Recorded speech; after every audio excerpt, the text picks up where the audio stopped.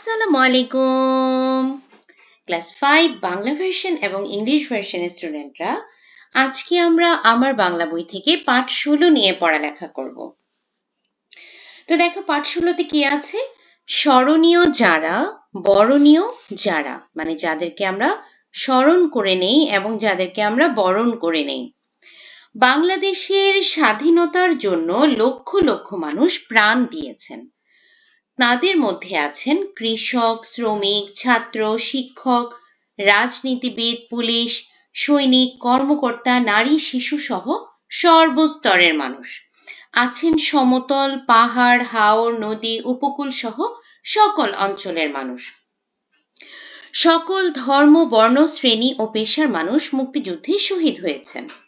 1971 সালের 25শে মার্চ গভীর রাতে পাকিস্তানি সেনারা ঢাকার নিরস্ত্র ও ঘুমন্ত মানুষের উপর ঝাঁপিয়ে পড়ে। আক্রমণ চালায় ঢাকা বিশ্ববিদ্যালয়ের ছাত্রাবাসে, পুলিশ ব্যারাকে আর বিভিন্ন আবাসিক এলাকায়। নির্বিচারে হত্যা করে ঘুমন্ত মানুষকে। 9 মাস ধরে তারা এই হত্যাকাণ্ড চালিয়ে যায়। তারা পরিকল্পনা করে একে একে হত্যা করে এদেশের মেধাবী, আলোকিত, বুদ্ধিজীবী ও বরেণ্য মানুষদের। 25শে মার্চের মধ্যরাতেই শহীদ হন ঢাকা বিশ্ববিদ্যালয়ের শিক্ষক এম মনিরুজ্জামান, অধ্যাপক জ্যোতির্ময় গুহ ঠাকুরতা, ডক্টর গোবিন্দ্রচন্দ্র দেব প্রমুখ। আচ্ছা, এই যে ওনাদের ছবি দেওয়া আছে। আমাদের বিজ্ঞানের শিক্ষক ছিলেন এম মনিরুজ্জামান। প্রচণ্ড গোলাগুলির শব্দ শুনে তিনি পবিত্র কুরআন পড়া শুরু করেন। কুরআন পাঠরত মানুষটিকেই টেনে হিঁচড়ে নিয়ে নামায় পাকিস্তানি সেনারা। একই বাড়ির নিচতলায় থাকতেন অধ্যাপক জ্যোতির্ময় গুহ ঠাকুরতা। তিনি ছিলেন ইংরেজি সাহিত্যের খ্যাতিমান শিক্ষক। তাকেও শত্রু সেনারা টেনে হিঁচড়ে বের করে আনে। তারপর দুজনকেই গুলি করে হত্যা করে। এ বাড়ির খুব কাছেই থাকতেন অধ্যাপক গোবিন্দচন্দ্র দেব।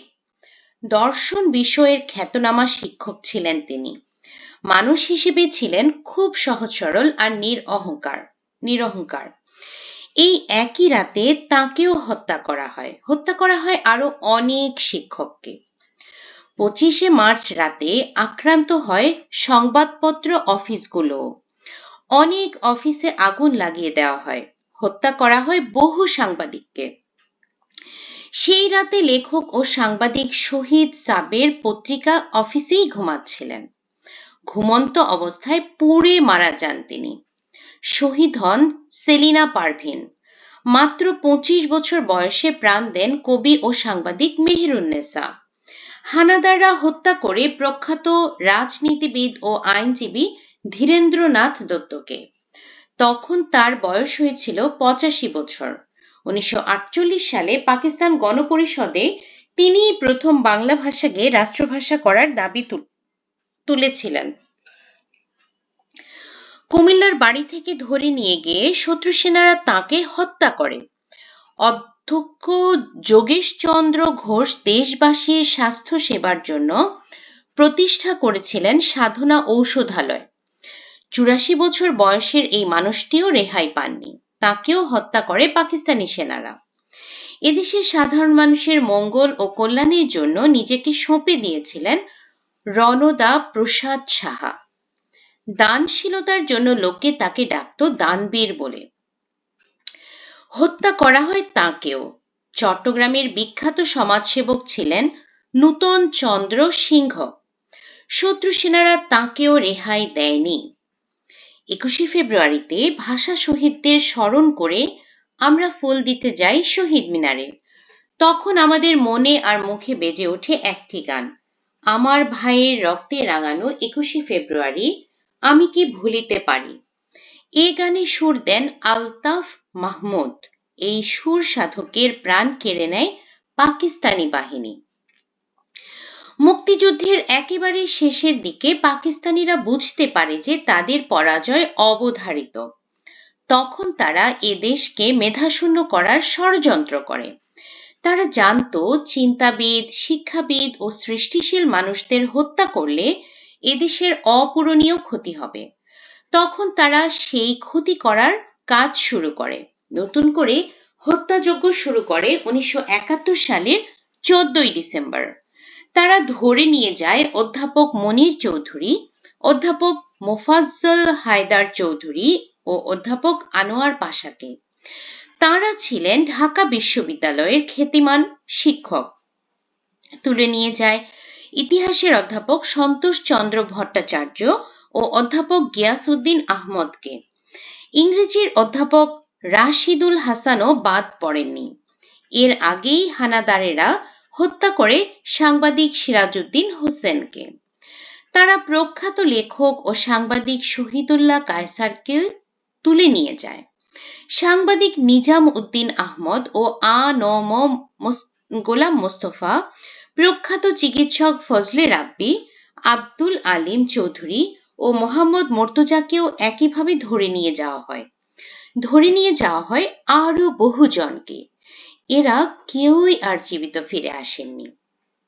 দেশ স্বাধীন হওয়ার পরে এই সকল বুদ্ধিজীবীর অনেকের ক্ষত বিক্ষত লাশ পাওয়া যায় মিরপুর ও রায়ের বাজারের বধ্যভূমিতে। আবার অনেকের কোনো সন্ধান পাওয়া যায়নি। তাদের স্মরণে প্রতি বছর 14ই ডিসেম্বর আমরা পালন করি শহীদ বুদ্ধিজীবী দিবস। জাতির শ্রেষ্ঠ সন্তান ছিলেন তারা। তাদের আত্মদান আমরা কখনো ব্যর্থ হতে দেব না। আমরা তাদের স্মরণ করব চিরদিন। আচ্ছা, আমরা পড়লাম, আমরা জানলাম যারা শহীদ হয়েছেন, যারা দেশের জন্য আত্মত্যাগ করেছেন এবং যাদের ত্যাগের বিনিময়ে আমরা আমাদের এই বাংলাদেশকে পেয়েছি। এবং পাকিস্তান হানাদার বাহিনী কি পরিমাণ অত্যাচার আমাদের উপরে করেছিল, যখন তারা বুঝতেই পেরেছিল যে তারা আর কোনোভাবেই জিততে পারবে না, তারা মানে তাদেরকে পরাজয় বরণ করে নিতেই হবে, তখন কি সুন্দর করে তারা দেখো এত মানে চক্রান্তকারী একটা প্ল্যান তারা করলো যে আমাদেরকে মেধাশূন্য করে দিবে। কারণ একটা জাতি কতটুকু এগিয়ে যাবে বা সেই জাতির অবস্থান পৃথিবীতে কেমন হবে এটা নির্ভর করে সেই জাতির মধ্যে যারা মেধাবী আছে তাদের উপরে। কারণ মেধাবীরাই কিন্তু দেশকে এগিয়ে নিয়ে যায়। তো এই যে তোমার 14ই ডিসেম্বর এত এত শিক্ষক, চিকিৎসক সবাইকে গণহারে এভাবে হত্যা করা হলো, সেখানেই কিন্তু আমাদের দেশ অনেকখানি পিছিয়ে গেছে। কারণ এই মানুষদের কিন্তু আমাদের দেশকে দেওয়ার জন্য আরো অনেক কিছু ছিল। তারা যদি বেঁচে থাকতেন তারা আমাদের দেশকে আরো অনেক কিছু দিতে পারতেন। তো যাই হোক, আমরা তো পুরোটা পড়লাম, এখন আমরা শব্দার্থ জানবো। অবধারিত তার মানে ঘটবেই এমন, মানে ধরো যেটা হবেই, যেটা অবধারিত। আচ্ছা, আমি আমার নোট থেকেই দেখাই। এই যে অবধারিত ঘটবেই এমন, এক্ষেত্রে ধরো বাক্যটা এমন হতে পারে, যদিও বাক্য তোমাদের চাইনি। বাংলাদেশের স্বাধীনতা অবধারিত ছিল কারণ মানুষ মুক্তির জন্য ঐক্যবদ্ধ হয়েছিল। বন্দি মানে হলো আটক, বন্দি মানে হলো আটক। আচ্ছা, ওখানে উল্টে আসছে।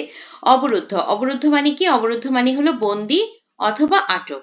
আত্মদানকারী, অন্যের উপকারের জন্য নিজের জীবন দান করেন যিনি।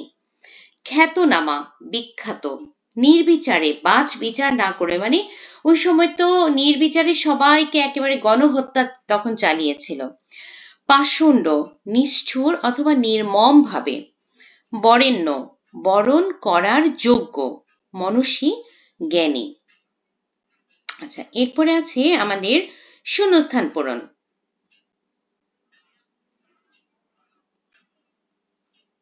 আচ্ছা,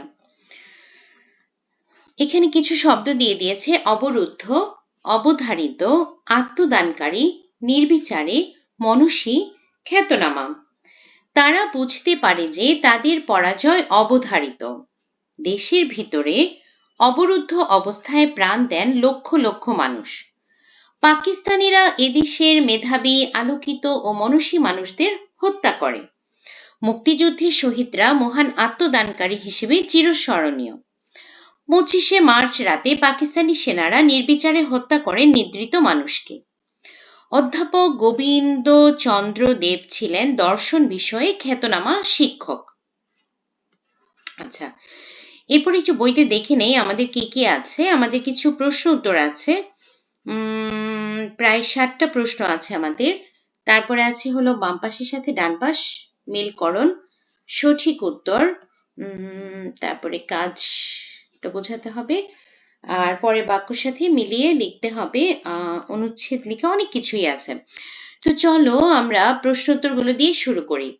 1971 সালের 25শে মার্চ রাতে পাকিস্তানি সৈন্যরা এদেশে কি করেছিল? 1971 সালের 25শে মার্চ গভীর রাতে পাকিস্তানি সৈন্যরা নিরস্ত্র ও ঘুমন্ত মানুষের উপর হঠাৎ আক্রমণ চালায়। তারা ঢাকার বিভিন্ন আবাসিক এলাকা, বিশেষ করে ঢাকা বিশ্ববিদ্যালয়ের ছাত্রাবাস, পুলিশ ব্যারাক এবং সংবাদপত্রের অফিসে নির্বিচারে গুলি চালায়। ঘরে ঘুমিয়ে থাকা সাধারণ মানুষ, ছাত্র, শিক্ষক, পুলিশ, সাংবাদিক সবাইকে তারা নির্মমভাবে হত্যা করে। পরিকল্পনা করে তারা একে একে হত্যা করে এদেশের মেধাবী, আলোকিত, বুদ্ধিজীবী ও বরেণ্য মানুষদের। আচ্ছা, কোন শহীদ বুদ্ধিজীবী প্রথম পাকিস্তানি গণপরিষদে বাংলা ভাষাকে রাষ্ট্রভাষা করার দাবি জানান তার সম্পর্কে বলি ও লিখি। বাংলা ভাষাকে রাষ্ট্রভাষা করার দাবি প্রথম তুলেছিলেন ধীরেন্দ্রনাথ দত্ত। তিনি ছিলেন একজন প্রখ্যাত আইনজীবী, রাজনীতিবিদ। 1948 সালে পাকিস্তান গণপরিষদের অধিবেশনে দাঁড়িয়ে তিনি যুক্তি দিয়ে দাবি করেন যে বাংলা ভাষা এদেশের সংখ্যাগরিষ্ঠ মানুষের ভাষা, তাই এটিকে রাষ্ট্রভাষার মর্যাদা দিতে হবে। মুক্তিযুদ্ধের সময় কুমিল্লার বাড়ি থেকে তাকে ধরে নিয়ে যায় পাকিস্তানি হানাদার বাহিনী এবং নির্মমভাবে হত্যা করে। তিনি আজও ভাষা আন্দোলন ও দেশের ইতিহাসে এক উজ্জ্বল নাম। শহীদ সাবের কে ছিলেন? তিনি কিভাবে শহীদ হন? শহীদ সাবের একজন লেখক ও সাংবাদিক ছিলেন। তিনি 25শে মার্চ রাতে তার পত্রিকা অফিসেই ছিলেন এবং সেখানে ঘুমাচ্ছিলেন। পাকিস্তানি সৈন্যরা সেদিন সংবাদপত্র অফিসে আগুন লাগিয়ে দেয়। আগুনে পড়ে ঘুমন্ত অবস্থায় শহীদ সাবের মারা যান। জাতির স্বাধীনতা সংগ্রামে তিনি এক বীর শহীদ। রণদা প্রসাদ সাহাকে কেন দানবীর বলা হয়? রণদা প্রসাদ সাহা ছিলেন দেশের অত্যন্ত দানশীল ব্যক্তি। তিনি সাধারণ মানুষের সেবা ও কল্যাণের জন্য জীবন উৎসর্গ করেছিলেন। স্বাস্থ্যসেবা, শিক্ষা, অনাথ শিশুদের সহায়তা, সব ক্ষেত্রে তিনি নিঃস্বার্থভাবে অর্থ ও শ্রম ব্যয় করেছেন। দানশীলতার জন্য সবাই তাকে দানবীর বলে ডাকত। পাকিস্তানি সেনারা তাকেও নির্মমভাবে হত্যা করে। দুজন শহীদ সাংবাদিকের নাম বলি।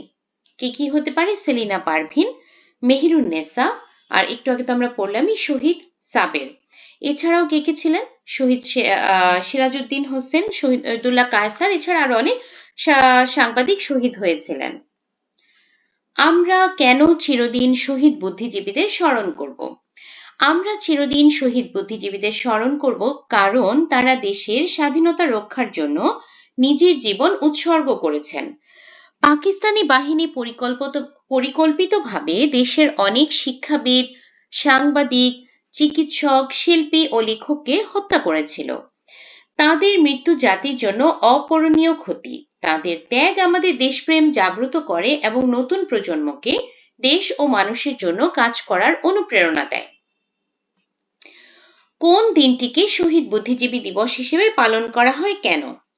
14ই ডিসেম্বর দিনটিকে শহীদ বুদ্ধিজীবী দিবস হিসেবে পালন করা হয় কারণ 1971 সালের ঠিক এই দিনে পাকিস্তানি হানাদার বাহিনী এবং তাদের দোসর আলবদর রাজাকাররা দেশের শ্রেষ্ঠ বুদ্ধিজীবীদের ধরে নিয়ে নির্মমভাবে হত্যা করে।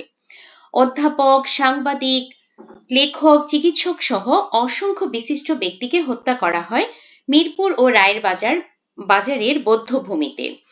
জাতির প্রতি তাদের অবদান অসীম, তাই প্রতি বছর 14 ডিসেম্বর আমরা তাদের শ্রদ্ধা জানাই। আচ্ছা, এরপর আমাদের দিয়েছে ডান পাশের সাথে বাম পাশ মিলকরণ। একটু বইতে দেখে নিই আমরা। আচ্ছা, এখানে আমরা করি, চলো। বরণ করার যোগ্য, এটা হলো বরেণ্য। মেধা আছে এমন যে জন মেধাবী। অহংকার নেই যার, নিরহংকার। বিচার বিবেচনা ছাড়া যা, নির্বিচার। কোনোভাবেই পূরণ করা যায় না এমন, অপূরণীয়। একটু খেয়াল করলে দেখবে এখান থেকে কিন্তু পরীক্ষায় চাইলে তোমাদেরকে এক কথায় প্রকাশও দিতে পারে। এই পাশেটা তুলে দিবে, তোমাদেরকে এই পাশের শব্দগুলো মিলিয়ে মানে যেটার জন্য যেটা সেটার উত্তর হিসেবে লিখতে হবে। এটা এক কথায় প্রকাশ হিসেবে আসতে পারে। আচ্ছা, এবার আমরা পড়ব সঠিক উত্তর। কোন তারিখে পাকিস্তানি সেনারা ঢাকার নিরস্ত্র ঘুমন্ত মানুষের উপরে ঝাঁপিয়ে পড়ে? 1971 সালের 25শে মার্চ। প্রতি বছর 14ই ডিসেম্বর পালন করা হয় শহীদ বুদ্ধিজীবী দিবস হিসেবে। দেশ স্বাধীন হওয়ার পর বুদ্ধিজীবীদের ক্ষত বিক্ষত লাশ পাওয়া যায় মিরপুর ও রায়ের বাজারের বধ্যভূমিতে। আচ্ছা, এরপরে দেখো একটা ইন্টারেস্টিং জিনিস দিয়েছে। এই যে কাজ শব্দ লিখি। এখন এখানে খাওয়া নিয়ে, যেমন প্রথমটা লিখে দিয়েছে আমি খাই, তোমাকে লিখতে হবে যেমন এই যে আমরা খাই, তুমি খাও, তোমরা খাও, সে খায়, তিনি খান। তো এটাই আমি আমার বক্সে দেখিয়ে দিচ্ছি। এই যে প্রথমে খাওয়াটা যেটা, এই যে আমি খাই, আমরা খাই, তুমি খাও, তোমরা খাও, সে খায়, তিনি খান। ওঠার ক্ষেত্রে আমি উঠি, আমরা উঠি, তুমি ওঠো, তোমরা ওঠো, সে ওঠে, তিনি ওঠেন। যাওয়ার ক্ষেত্রে আমি যাই, আমরা যাই, তুমি যাও, তোমরা যাও, সে যায়, তিনি যান। আচ্ছা, এরপরে আছে যে আমাদেরকে প্রথম বাক্যের সাথে মিলিয়ে পরের বাক্য লিখতে হবে। যেমন একটা দিয়েছে শুয়ে থাকি তবু ঘুম আসে না। তো এটা আমাদের প্রথম বাক্যের সাথে মিলিয়ে অবশ্যই লিখতে হবে। দ্বিতীয়টা দেখো কড়া নাড়ে তবু কেউ দরজা খোলে না। জানালায় উঁকি দেই তবু কিছুই স্পষ্ট দেখা যায় না। তাকে নিমন্ত্রণ জানালাম তবু তিনি আসলেন না। আমি সবই জানি তবু চুপ করে থাকি। আচ্ছা, এরপর দেখো ঘটনাগুলো সাজিয়ে অনুচ্ছেদ লিখি। কতগুলো অগোছালো লাইন আমাদেরকে দিয়ে দিয়েছে। যেমন কয়েকদিন পর ডিম ফুটে তুলতুলে ছানা বেরিয়ে এলো। একদিন ছানারা বড় হয়ে উড়তে শিখে গেল। গাছের মগডালে বাসা বেঁধেছে এক জোড়া বক। স্ত্রী বকটি কয়েকটি ডিম পেড়েছে। বক দুটি পালাক্রমে সেই ডিমে তা দিচ্ছে। পুরুষ বক নদী থেকে মাছ ধরে এনে ছানাদের খাওয়ায়। আচ্ছা, তার মানে এই কয়েকটা লাইন পড়ে আমরা কি বুঝলাম? যে এখানে একটা বক পরিবারের গল্প আছে, যে এক জোড়া বক আছে, তারা ডিম পেড়েছে, তারপরে পর্যায়ক্রমে ডিমে তা দেওয়া হচ্ছে, এরপরে ছানা বের হয়ে আসলো, ছানার কি হলো, ছানাদেরকে এনে এনে তারা নদী থেকে মাছ এনে খাওয়াচ্ছে, ছানারা বড় হয়ে উঠতে শিখলো, মানে একটা লাইফ সাইকেল। তো আমরা এখানে সেভাবে করে এই অগোছালো বাক্যগুলোকে গুছিয়ে অনুচ্ছেদ আকারে লিখবো। এই যে গাছের মগডালে এক জোড়া বক বাসা বেঁধেছে। স্ত্রী বকটি কয়েকটি ডিম পেড়েছে। বক দুটি পালাক্রমে সেই ডিমে তা দিচ্ছে। কয়েকদিন পর ডিম ফুটে তুলতুলে ছানা বেরিয়ে এলো। পুরুষ বক নদী থেকে মাছ ধরে এনে ছানাদের খাওয়ায়। একদিন ছানারা বড় হয়ে উড়তে শিখে গেল। আচ্ছা, এরপরে কি আছে? শহীদ বুদ্ধিজীবী সম্পর্কে আমার অনুভূতি লিখি। তো এটা আমরা কিভাবে লিখতে পারি? শহীদ বুদ্ধিজীবীরা আমাদের জাতির গর্ব এবং ইতিহাসের উজ্জ্বল অংশ। 1971 সালে পাকিস্তানি হানাদার বাহিনী পরাজয় নিশ্চিত বুঝতে পেরে দেশের শিক্ষক, সাংবাদিক, লেখক, চিকিৎসক ও শিল্পীদের পরিকল্পিতভাবে হত্যা করে যাতে বাংলাদেশকে মেধাশূন্য করা যায়। তাদের মৃত্যু জাতির জন্য এক অপূরণীয় ক্ষতি। শহীদ বুদ্ধিজীবীদের ত্যাগ আমাদের দেশপ্রেম, সাহস ও মানবতার শিক্ষা দেয়। তাদের জীবন ও আদর্শ নতুন প্রজন্মকে দেশের জন্য কাজ করার অনুপ্রেরণা দেয়। তাই আমরা গভীর শ্রদ্ধা ও কৃতজ্ঞতার সঙ্গে তাদের সবসময় স্মরণ করি। তো ছোট্ট বন্ধুরা, আমাদের এই অধ্যায়টা পুরোটা হয়ে গেছে। আশা করি আমার বাচ্চারা যারা পুরো ভিডিও মন দিয়ে দেখেছে তারা খুব সুন্দর করে বুঝতে পেরেছে এবং সুন্দর করে তোমরা পরীক্ষায় লিখতেও পারবে। তো আজকের মতো এখানে শেষ করছি। সবাই সুস্থ থাকবে, ভালো থাকবে, আমার জন্য দোয়া করবে। আল্লাহ হাফেজ।